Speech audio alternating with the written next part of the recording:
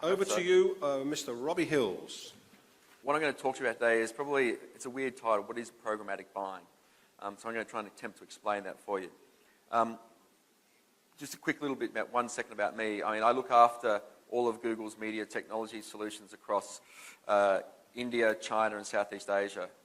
The rich media piece is sort of my secondary job, if you can have such a thing.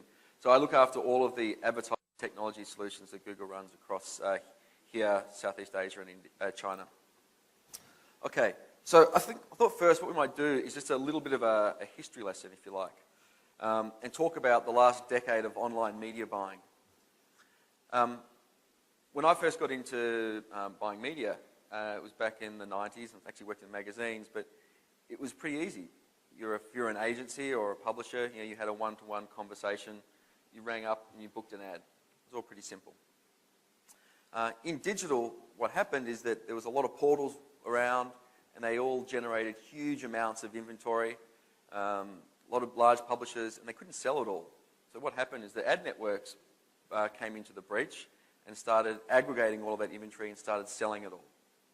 It happened here in India, and it still is to this day. What happened then is there was all of these ad networks around the world, in most countries, and what happened is, well, how do we manage that process of selling all of those display advertising impressions that we're generating? So what happened is that a term called an ad exchange or an ad exchange business emerged, and this has only happened in the last couple of years, really.